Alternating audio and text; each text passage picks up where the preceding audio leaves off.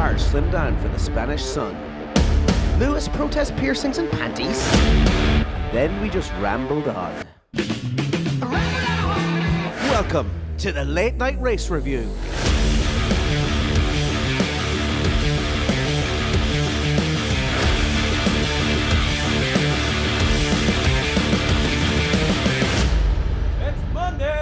The 16th of May. Thanks for joining us here on the Late Night Race Review. I'm Dave Jericho, and with me as always is Owen Scott. Also joining us this week to add some Portuguese flair to the cast is Mr. Isidro Goncalves. On this week's episode, we'll take a look at what upgrades teams are bringing to the Spanish Grand Prix, what these upgrades mean for the race in the season ahead. We'll discuss the underwear and jewellery debate going on currently. Is it as ridiculous as it sounds? And also we'll round up some of the latest news stories of the past week.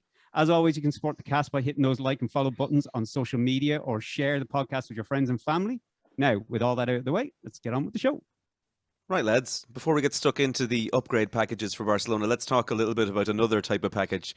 The underwear and jewellery debate has been raging for a few weeks now. But Dave, just sum up what's been happening and whether or not we'll be seeing Lewis Hamilton in a lovely French maid's outfit anytime soon. Well, we've already seen him in things that look like a French maid's outfit anyway on a race weekend. So I don't think it would be a stretch too far regardless of this rule. Yeah, I don't know. It was funny though seeing Sebastian Vettel with his underwear on the outside of his race suit. I have to say that cheered me up at the Miami race. So the issue with this is that the FIA have a rule in place that is to obviously you can't wear sort of cotton underwear, your standard boxers briefs, and you can't keep jewelry in. This has always been the case, and it's the case in most race series out there. So there's no big deal there. Then obviously Lewis Hamilton has his nose rings and bits and pieces, so he sort of took exception to it and didn't want to remove them. Fair enough, I get it, because it hadn't been enforced up until that point. Sebastian Vettel obviously jumped on the gravy train and threw his boxers on over his race suit just for the crack. He's just trolling, isn't he? He's just trolling, but there's a genuine reason to it. I mean, you have to understand that if there is an accident and he has to go, let's take the piercings, for example, because that's the one that Lewis Hamilton complains about currently. Yeah. If there's an accident and he has to be rushed, forget about, because a lot of the pundits are talking about, if they have to remove the helmet and it catches your nose and they injure you and stuff like that. I don't think that's the issue at all. The issue, I think, is that if he has to go for an emergency MRI, anyone that's gone for an MRI knows that you have to remove all piercings and any metal that's in your body, or, any implants and things like that can be removed, have to be removed. Yeah. So I think that's the issue. It's more for emergency medical procedures that's why he has to, that they should be removed. So he's, I think, maybe being a little bit unreasonable and thinking it's maybe more of a personal attack on him, I think. And has it been, why hasn't it been enforced up until this point? I reckon what's happened is, now, again, of course, I haven't a clue because I have no inside track on this, but what I would imagine is, because it hasn't been enforced up until this point, I would assume what's happened is, because it's not that long since Liberty Media took over Formula One. So I would imagine that the FIA and Formula One as a whole unit have probably had some sort of legal team doing an audit that has looked to see where there's exposure in the rules that are there at the moment. There's no other reason for enforcing this. Someone didn't just wake up one morning and kind of go, you know what, I'm going to fuck with Lewis Hamilton and just tell him he has to remove all his jewelry. That didn't happen. I guarantee you some legal guy has just reviewed everything and kind of gone, you do realize this isn't being enforced. And if someone gets injured, if someone's car goes on fire and their boxers melt to their testicles, then you're liable because you didn't enforce the rule during scrutiny. So I'd imagine it's something to do with a legal team have reviewed what exposure is there for Formula One and the FIA. This is just what do you think, Isidro? Should you think it should be up to the driver to maybe sign a waiver or something like that to say, okay, if I want to wear the piercings, and if I sign this waiver, that's my it's my right to wear whatever I want while I'm driving. It should be between the driver and the team and the FIA. But this is more or less the same as in football, that the players cannot wear jewelry and stuff like that, just because there is contact and you can injure someone else. Of course, in Formula 1, you are protected by your car, but same way that the halo was introduced for safety and people always complained, oh, it's ugly, you can't see straight. But then there was the crash and everyone realized, oh, that guy would have, can't remember the name, but would basically lost his head, literally, if the halo was not in place. So sadly, it may take a serious accident to the drivers realize, well, yeah, it's hard to take the rings and anything that I may have. the underwear thing, if it makes you safe. Yeah, is the underwear thing just something that they tacked on because they were concerned about the jewelry, do you think? Or is that legitimate? Sorry, do you know, I have to jump in there just before that question gets answered, just when Isidro was saying it'll take a serious accident. If there is a serious accident, I don't know, I think I would see the lighter side of it if someone was wearing a pair of cotton underwear and they ended up melting to their testicles. and then they could turn around and go, I told you it would take a serious accident. Sorry. Lewis will be regretting not taking out the old Prince Albert piercing. Yeah, exactly. Sorry, Scotty, what was your question? I don't remember what my question was, but do you think there's like a massive overcorrection in place currently because of, say, last year's events throughout the year by the FIA? Do you think they're trying to just overcorrect now and regulate everything within Formula One? Do you know, I wonder if that, I mean, I'm speculating about a legal review. I mean, that may have been an early sort of precursor to what happened, you know, that they may have looked at what happened last season and sort of went, do you know what, we have to do an overhaul of the rules and regulations based on, you know, Michael Massey's sort of erratic kind of decision making and stuff throughout the season. So yeah, that's very possible. Like, yeah, it could that sort of rule could have sort of cropped up during that sort of review stage, and maybe that at that stage they decided to come down a little bit more kind of hard on it. Yeah. What do you think, Isidro? I think we're going to see what will happen in the Monaco Grand Prix, if Hamilton will move or not. So basically to be a standoff between FIA and Lewis Hamilton, and we'll see who wins. Yeah, that's his EA, because he's been given what, two races. Two races, yeah. Yeah, so it will be interesting to see who wins, the Federation or Lewis Hamilton, and I imagine most pilots will support his colleague. Yeah. I think Lewis will stand firm. Like, I don't think he'll remove it. Because if he backs down now, I think he loses a bit of face if he backs down and removes the jewelry, because he's been adamant that it's ridiculous. Yeah. And he's like, I'm fighting for this. I don't know why he's decided this is the hill he's going to die on, but so be it. You've made your bed, Lewis. So I think if he, I don't know. I think the FIA will back down. I just don't think they'll ban him for a race until he removes it. But then who will take the FIA serious if they back down here? Then the next one they'll. Yeah. So does anyone take them serious after last season anyway? At the moment, but I don't think Lewis has the same. Obviously, he's a massive superstar, but I don't think he's in the same position as he was negotiation wise this time last year. With Charles, he would be. I don't know. I don't think so. No, with the way Charles and Max are coming through, and Lewis has kind of fallen off a little bit. I think the FIA could see, well, we can survive without this guy. I know he brings in a lot of money. No, but you're looking at it from the from sort of the up and coming drivers and stuff like that. But you have to look at how much he's loved in America, which is the current market they're only just pushing into at the moment. Yeah, fair point. They do not want Lewis on their bad side, because he is currently the poster boy out in America for Formula One, and they love him, even though he's in an absolute naff car. They absolutely love him. So the fact that they still have to go to Austin, but I don't know. I don't think they'll want to kind of rock that boat. I don't think. Well, they certainly didn't at the end of last season. They were bending over backwards to. They weren't going to overturn the the decision, but they did. Massey getting fired was ultimately to do with probably the pressure from Lewis and Mercedes. Yeah, probably. I mean, if they hadn't pushed so hard, I don't think. I mean, I think there still would have been a review. I mean, I think the public opinion would have probably forced that anyway.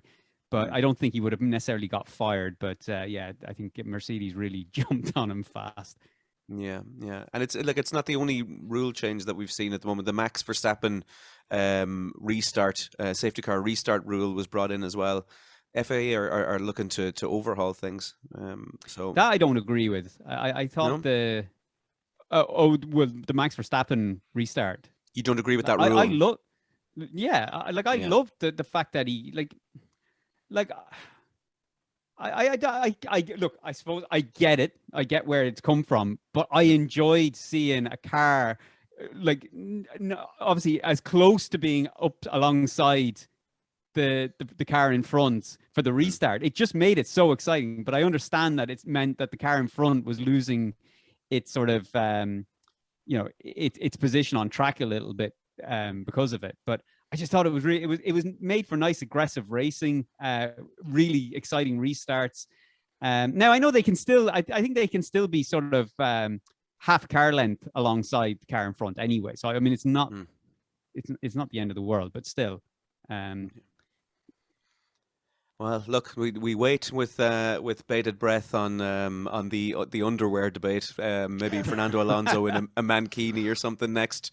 Let's move away from that. We'll get on to we talked at the start there about upgrade packages coming into Barcelona. The obvious place to start, I think, is probably Ferrari and the buzz that Charles Leclerc caused. There was a post-race interview when he was asked about the upgrades coming into Barcelona, and he gave a wry little smile. So, what are we expecting from Ferrari coming into Barcelona, Dave? I think he gave that wry little smile a little bit too prematurely, considering what Red Bull possibly have coming this weekend as well. I mean, look, we know their issues. I mean, you've got drag, you've got porpoising, and you've got heavy on the tire wear, overweight. So I mean, the same issues, I suppose, that are applying to a lot of teams out there. So, I mean, they're looking to chop down 3 to 5 kilos, between 3 and 5 kilos for this weekend, which I thought was a lot until I saw what Red Bull are aiming to chop down for this weekend. But we'll get to that in a minute. But they're, and again, I suppose we have to say that this is just the information we have at the moment based off kind of current kind of journalist sources and stuff like that. Like, there's no guarantee that these is what's going to turn up on the cars come Barcelona. But what is being sort of touted for Ferrari is a change to the side pods, a new low drag side pod design. Mm-hmm. How dramatic that will be compared to the side pods they have at the moment, we won't know, I suppose, until we get to Barcelona. The floor and the rear suspension, I think that's something that I think will definitely be coming, because that's going to affect the porpoising.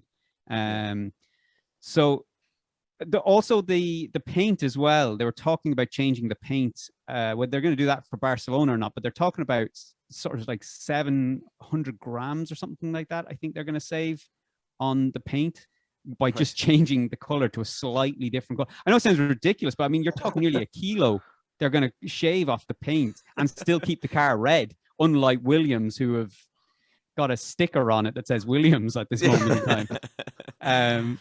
So I mean, they're talking about the weekend's upgrades could net them about a 0.3 a lap, which I think if that 0.3 a lap is going to be great if their upgrades manage to make them a little bit easier on the soft compound tires, or the medium and soft compound tires. Yeah. Because there's no point in having those 0.3 of a second and 5-6 laps into the race, your tires are going off and you've got Max Verstappen casually cruising up behind you. So, or sailing past you, one or the other. Yeah. So, but it's going to be interesting. I think they've tested it as well. I mean, they had the filming day in Monza, which they were allowed to test their aero upgrades. Or all their upgrades, should I say? They were able to test. So now they have to use a Pirelli testing tire. They can't use a race set. So it sort of distorts the data a little bit, but it's still going to be enough to see. They'll still get an understanding of the porpoising and the drag and stuff like that. So yeah, I'll be interested to see. Yeah. Do you think, Isidro, do you think that maybe the upgrades can bring them that much closer or even ahead of Red Bull? They seem to be neck and neck at the moment. Yeah, the upgrades will definitely make the race more interesting. Although saying that, you never know if the upgrades, you think you are making the car faster or better, and you realize that halfway the race something breaks or the upgrades don't do what you are expecting, and then suddenly you are fighting to be in the top 10 rather than fighting to be in the podium. So, but that's a risk that all teams are taking since they're all making the upgrades for this weekend. It's true. It's a fine balance between fixing the porpoising or making it absolutely horrific. It's like there's no middle ground at the moment. And this is the first circuit that it's a circuit they know it will be a sunny weekend instead of the Imola that was raining. So they have the perfect track to make these experiments. And also they had, like in Barcelona, like we had Barcelona during the preseason testing. So they knew sort of before any of the upgrades, sort of before going into the season, that they have an idea of the data going around this track where the cars were in preseason, and we'll have data now to compare it against the progression that they have sort of this time around.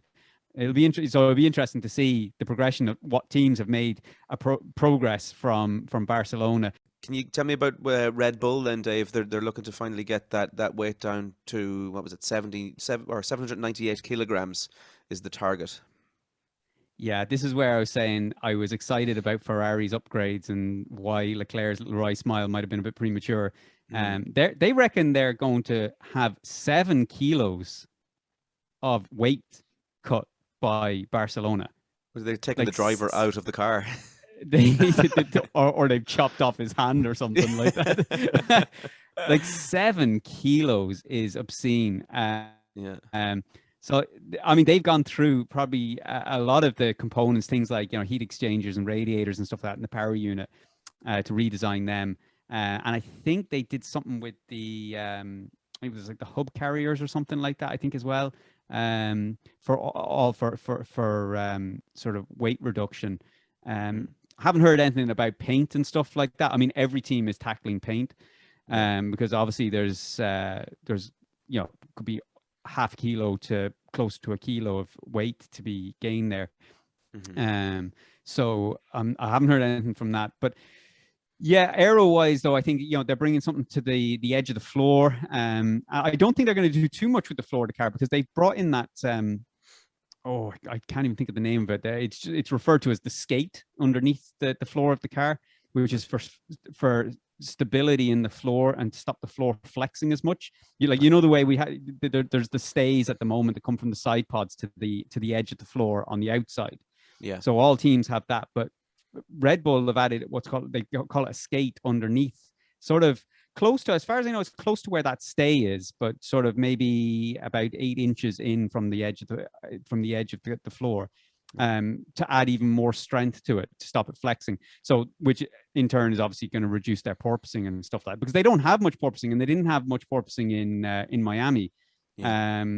And yeah, so they reckon that is possibly what's helping them. So I'd say a lot of teams maybe might have already seen that from Miami. So I think if Ferrari are bringing upgrades to their floor, they may experiment with that, or they may have already experimented with that in Monza.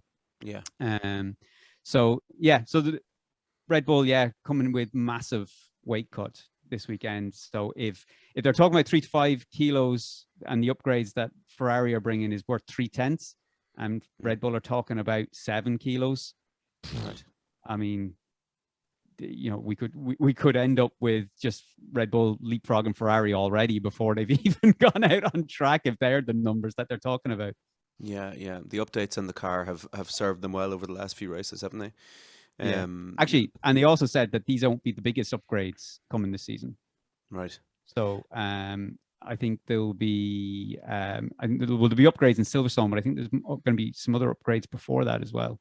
Yeah, Possibly. and when you look at Mercedes, keep in mind Red Bull and Mercedes were locked in that intense battle last year all the way through the season. So the theory was that Ferrari were concentrating on their car for 2022, and that Red Bull and Mercedes were kind of taking their eyes off that for a little while to concentrate on the title race.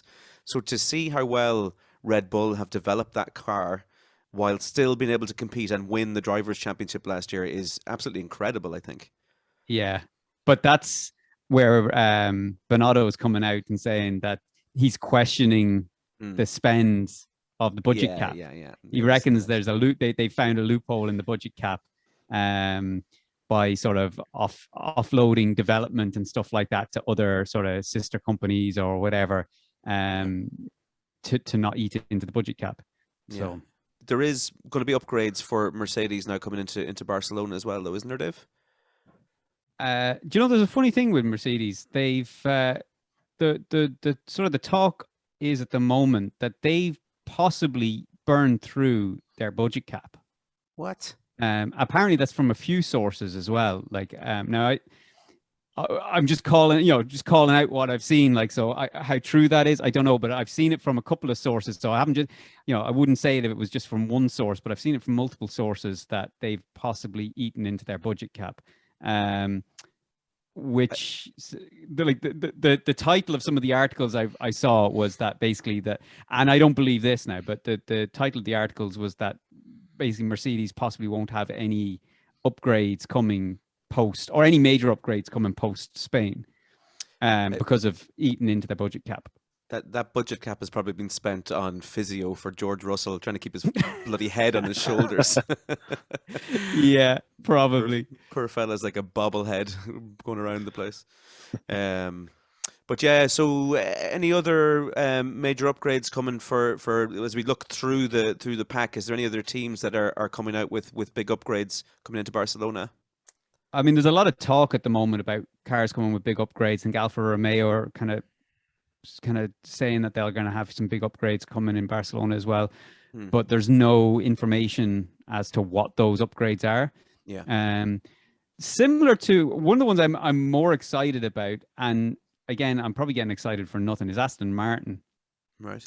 Because they basically were saying that it's going to be almost pretty much a new car now, not necessarily for Barcelona, but in the coming races.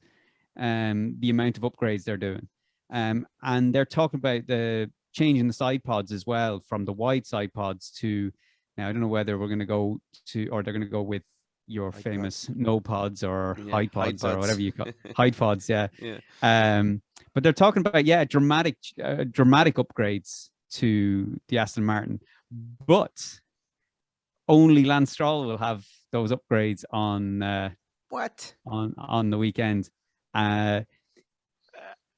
Like I can't understand why you wouldn't give the upgrades to a 4-time world champion. Yeah, well, you know exactly why it's going to Lance Stroll. I'm not gonna, I didn't want to start going into that type of conversation, but I know exactly why. Daddy, I want the new things. It's that's probably right. But I would imagine, though, they're only bringing it for one car this weekend. I'd imagine it's to do with the budget cap as well. I'd imagine they're thinking, if it's not going to work as expected, there's no point in developing components for 2 cars to only to throw them in the bin afterwards. It's so they might as well just do it on one car, see how well it performs compared to the A spec. But yeah, I wouldn't have given it to Stroll. Yeah. Well, like, I mean, I know he had that crash in Australia, but and I know Seb was away for the first two races, but I mean, they haven't been too far off each other in terms of performances. No, in fairness, he's getting better. I just think maybe last season, Yeah. I don't know. I think maybe I have a gripe because his dad owns the team or something, or he's a partial owner of the team. I don't know.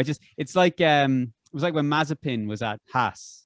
Yeah. Do you know? Now I have to say, okay, Stroll's not as bad. I mean, I think he deserves to be in Formula One. I think he's doing a decent job racing. Yeah. But just when your dad controls the money, I think there's always that. It just hangs over you that there's going to be that. You wouldn't be there only for dad. Yeah. So we do a little bit of a news roundup, Dave.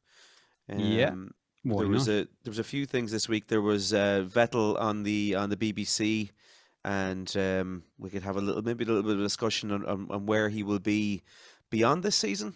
What do you think? Do you know, it's funny that follows on from Vettel and why Lance Stroll got the upgrades and not Vettel. Yeah, you often wonder whether his heart's still in it. Like he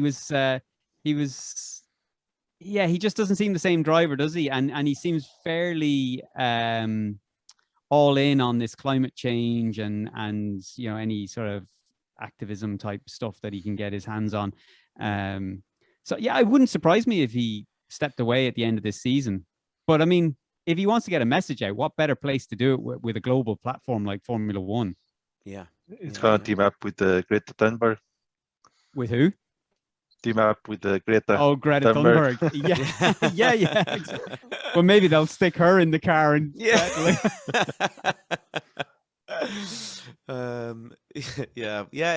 hard to know. It's hard to see where he'll go.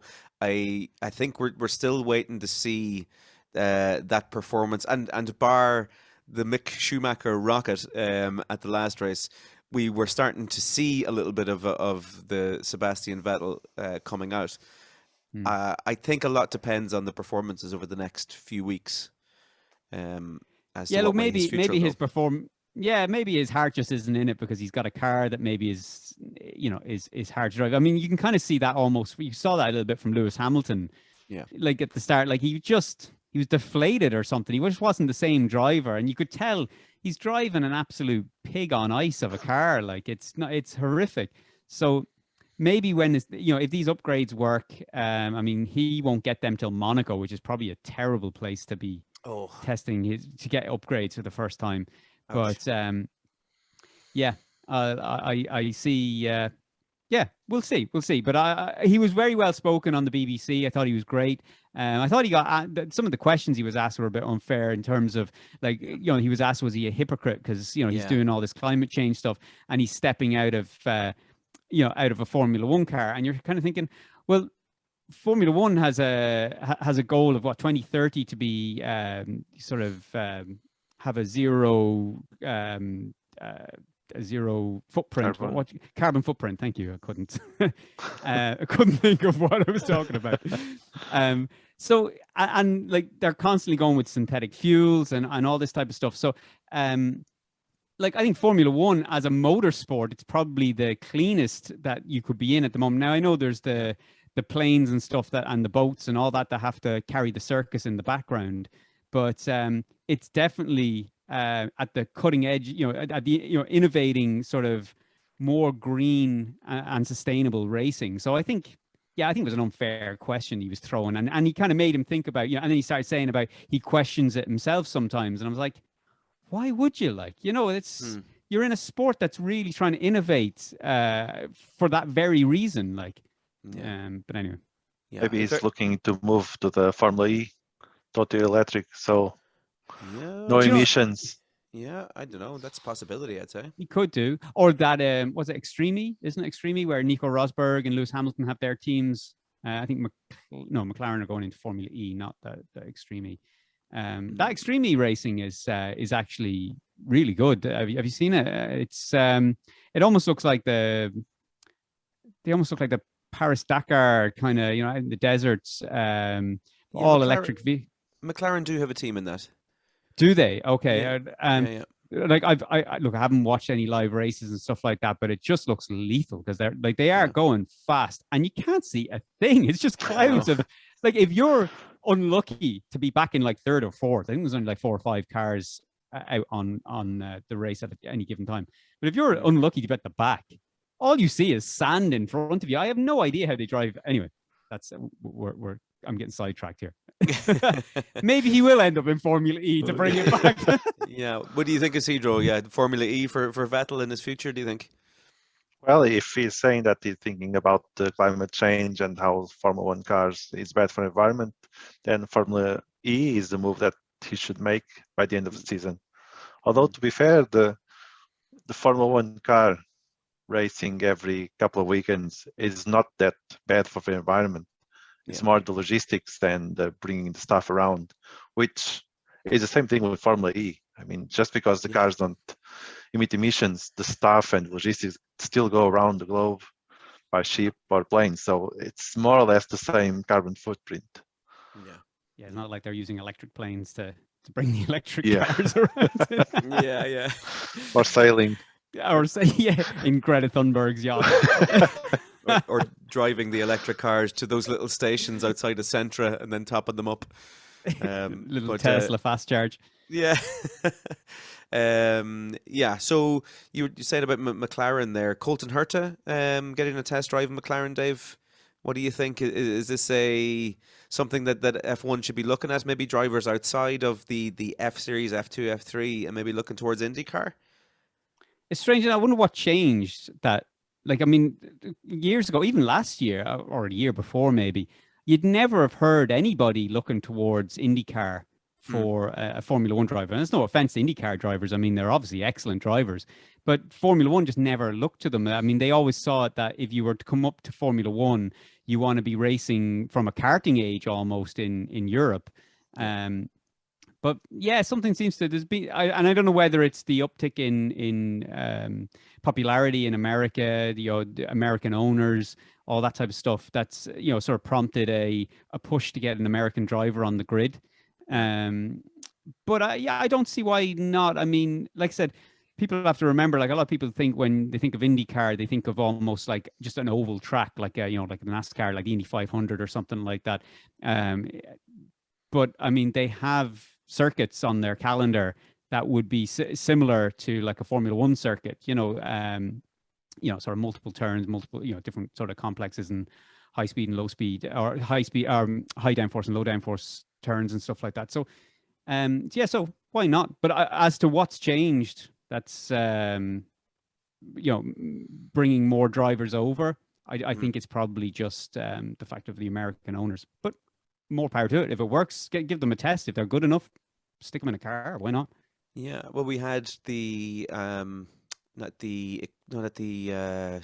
the gaming series, the EA. Oh, the esports. Esports, yeah. So there was a driver there who went across into, is it Formula 3 or Formula 2 this season? I would imagine Formula 3, but he's in the Red Bull Academy, isn't he? Oh, I don't know his name, or I think he's in the Red Bull no. Academy, but I haven't a clue of his name or how he's getting on or anything like that. And I know the guy you're talking about, and I did mean to kind of see how he was getting on because I was curious how someone was going to go transition from esports to an actual, racing, single-seater racing. I have no insight on that at the moment, but I'd love to know if anyone knows. Himself and George Russell hitting up the old physio for some neck treatments, obviously. Yeah. And then we'll round everything up there. You had Nick de Vries confirmed for an FP1 drive for Williams coming up this weekend. Yeah. See you, Latifi. Oh, what do you think, Isidro? What do you think of Isidro? Or not Isidro? What do you think of Isidro? What do you think of Latifi this season? We've been harping on about him. What's your take? It's been only five races, and Williams is not the best car at the moment, but it's still too early. I mean, it's a bad car and it's just starting, but things don't look promising so far. No. Let's see if the upgrades help him. I don't know if there's anything that can help Latifi. Speaking of crashes and cars crashing, did you see the Leclerc crash in Monaco, Dave? Yeah, Nicky Lauda's classic car in a wall. Thankfully, he only damaged the rear wing, but still, that's embarrassing for Leclerc. But maybe he's got his Monaco crash out of the way now before he actually gets to Monaco. Yeah, hopefully. Yeah. I wonder if there's a difference. I mean, he's a good pilot, but I imagine there'll be a difference between driving a almost electronic car like the 2022 Formula One and the 1970 Formula One car from Niki Lauda, where most of the skills would fall on the pilot, while more recently, the car you have, it's not like the car doesn't drive itself, but there's a lot of help from the electronics to help the pilot to drive it. Now, in fairness to Charles Leclerc, I'll give him credit. Apparently, that accident happened because there was a brake failure, and that's why he crashed out. So it may not have been driver error; it may have just been a car failure. So I'll give him that. Yeah. What sort of damage do you think is caused that in terms of money, or is it just one of those things where you just don't want to hurt that car at all? But I think it's one of those things that it looked like it was just the rear wing. Now, all the mounting brackets and stuff like that come with that, and all, whether the brackets then are attached to the chassis are bent because of it or whatever. But it's one of those things that looks like you look at it and kind of go, that shouldn't be too much to repair, and then someone throws out a number of like 200 grand and you're like, you can keep it. It's that you take your car to the garage and like, no, this will be a small thing, and they come back and it's like, oh no, we replaced your clutch. Shit. Actually, we didn't actually have this on as a topic for today, but I just want to bring something up, because when Isidro mentioned there about drivers driving the sort of the modern Formula One car with all the driver aids and stuff like that. I saw there from for the 2026 season that they are talking about. Let me think of what basically sensors. What do they call it?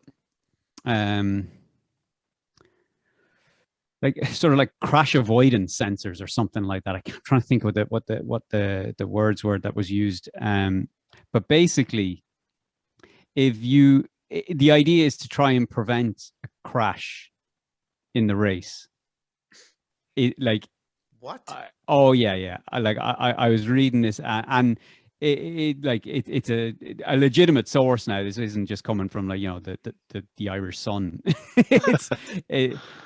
So they're talking about that if so the sensors in the car, that basically if a car in front sort of brakes maybe sooner than like what you would have in a Tesla or something like that, the autonomous driving, but that would be crash avoidance systems in place. Right.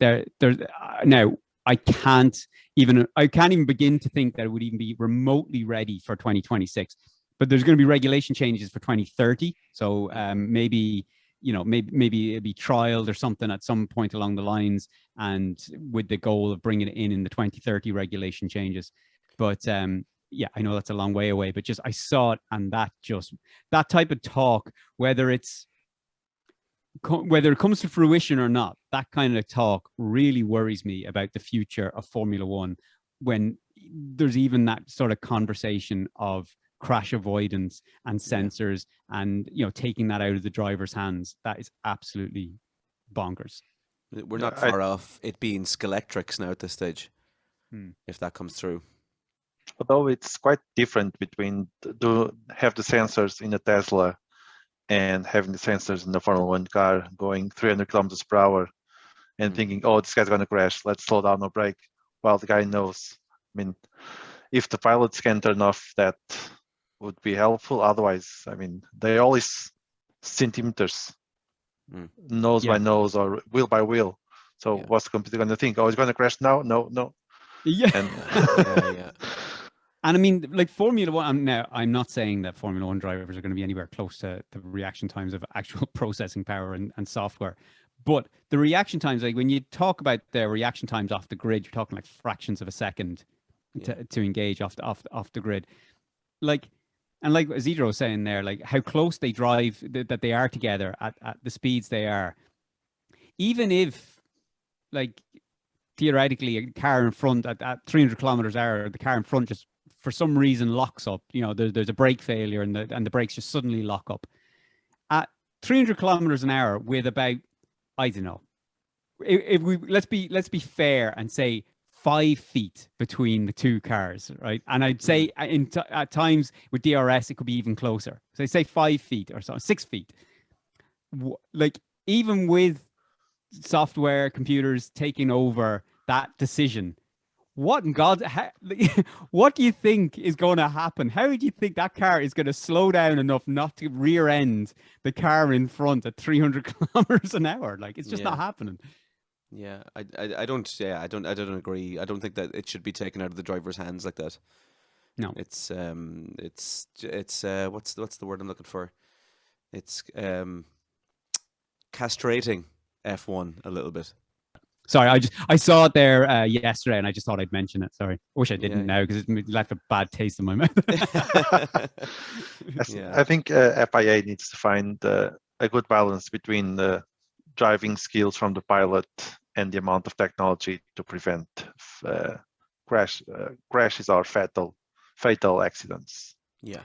But but I understand that that's why we have the increase in weight and stuff like that this year. I can understand the improvements in crash structures and stuff like that, impact structures and stuff. But so I can understand the mechanical safety elements being brought in, but I just don't agree maybe necessarily with software or anything where you have software sort of making any sort of decisions, be it from a safety standpoint or not. I don't know. I think it needs to retain the mechanical and like you say, the driver making those decisions as much as possible, I think. Yeah, agreed. That's it for this week's episode. We will return on Monday the 23rd for the Spanish Grand Prix review. Hopefully it's a good one. As always, if you want to get in touch with your own questions, comments, or corrections, send them on to feedback@latenightracereview.com or anywhere you find us on social media. Until next week,